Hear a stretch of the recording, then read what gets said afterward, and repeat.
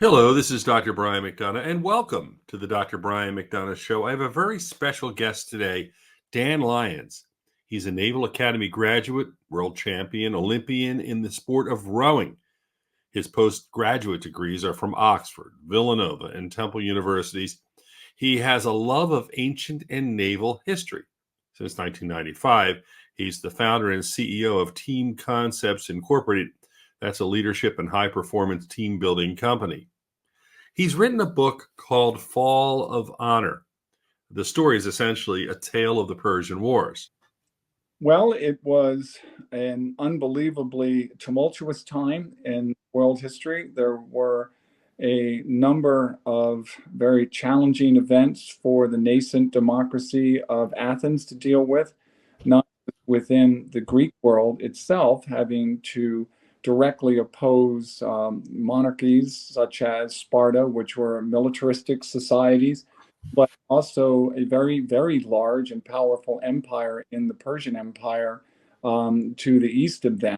And so this, I think, mirrors a lot of what is been and has been going on with us in the modern age, having to deal with a lot of challenges from other groups that are not necessarily as focused on a democratic or democratic republic um, uh, focus like we do. And so the the ability of those early societies to, for us, develop the philosophical background by which we still adhere, as well as set an example for how to maintain in a hostile world and maintain in a challenging environment the principles that we hold dear. And that has always been, for me, a real question is, how did they do that? And what were the qualities that were associated with that kind of behavior? And when faced with overwhelming challenges, and how did they overcome it? And this was a David and Goliath story from the beginning. And as an athlete, that kind of was my story, as it has been in so many other tales of just trying to do the best you can. Well, it is all about the characters, and people haven't changed, and the way we behave hasn't changed. So you're always looking at how people are going to respond to different situations, and we have relationship building in any good book. Stephen King said you basically want to just keep the reader guessing, answer just the questions that you have to answer, and pose other questions so that anybody who's reading the book is going to want to know what happens next. And what happens next that people are interested in is not necessarily the events, but the people that are handling the events. And so we have some characters that I'm focusing on, some of which are fictional and some of which are real, and dealing with how they are handling relationships, both personal relationships and love relationships, as well as dealing with individuals on the other side of the enemy, for instance, and how they're dealing with their challenges. So I don't like to see things from one perspective. So in this book, we do take the opportunity to look at it from the Persian perspective through the eyes of a couple of characters, and not necessarily Xerxes, although he is mentioned in there, but also through a Spartan king who went over to the Persians. And we're kind of examining why he did that and what he's trying to attain and how he's trying to get back to where he was before. So to him, it's all about establishing his personal value and trying to get back his pride that it was lost when he basically became a traitor to his own country.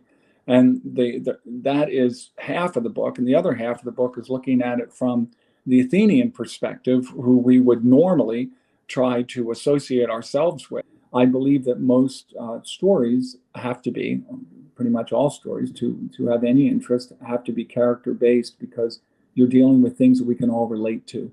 Yeah, I find that obviously there's different personality types who would write books differently, and I'm not that organized. So I would have a very general sense of where I wanted to go with it, but that was really based around the facts, around what happened. And then I created the characters, the fictional characters, that best describe my own experiences and what I went through. Because if I was going to make a character authentic, then it had to be something to me that I experienced. And some authors don't need that, but I think I did. I think I went from what would this character logically do at this point, based around this situation. And so all of the characters would collide uh, at the points where they would have logically come to the end of an action or a behavior.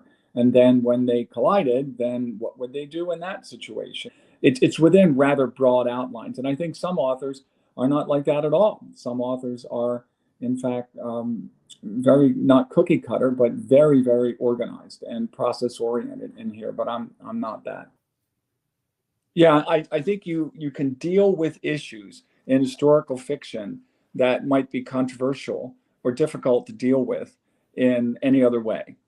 And you can put out the way you feel about things and a certain view of the world a lot more clearly when you're dealing with something that is removed from emotions and feelings at the time.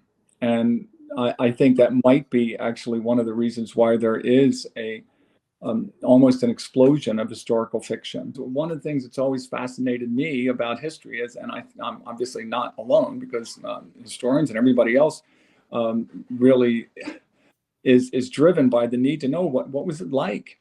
And so when you look at a good show, that a good historical drama or something that purports to try to show life as it was, such as Outlander in the 18th century, as you mentioned earlier, or so many other shows, what I'm looking at, and I think what a lot of people are looking at, is what was it like to do normal things back then? How would I have existed if I was in the 4th century BC or 5th century BC, or if I was in the 18th century? What was it like to actually be and live in that environment? And so that's what I tried to show as much as possible, what it was like to live in a townhouse, basically in Athens. What was it like to be in camp with a hoplite warrior, marching to Thermopylae? I'm so excited about the era, and I want to tell everything about it because I want everybody else to share my enthusiasm, because isn't that why people write books in the first place? It's not for any other reason other than you get passionate about something and you really want to share that. But at some point, you have to have other people, I have to have other people anyway, look at it and say, well, what are you really trying to do here? And what points do you really want to get across? And this is the way to do it. And now I'm proud of the fact that I did it. I think it tells a story that needs to be told. It's dealing with leadership.